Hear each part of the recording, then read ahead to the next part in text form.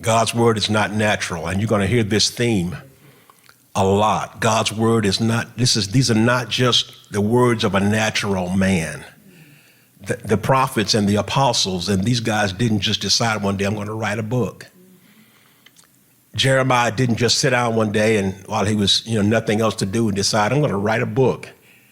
He didn't do that. The Bible speaks to us and lets us know that these words were inspired by God and that they're profitable to us for rebuke and for reproof and for our direction in knowing how to live a godly life in the earth.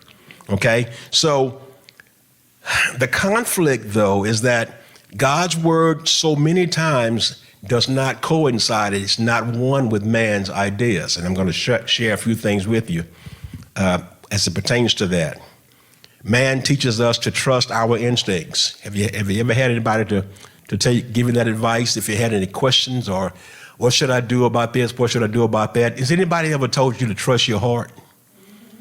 I've heard that a lot of times over the course of my life.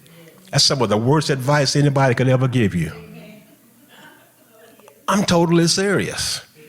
That's some of the worst advice that anybody can ever get you, because your heart, generally speaking, our hearts are not going to lead us in the path where God is. Generally speaking, our hearts are just not going to lead us to follow God. Okay?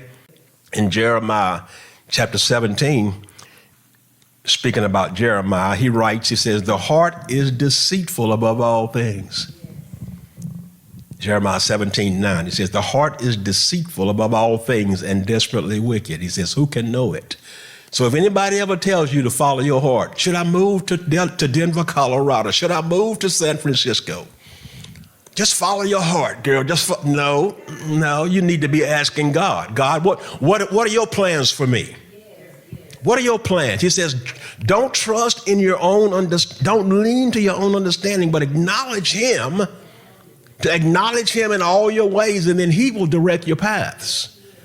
He'll make your way prosperous.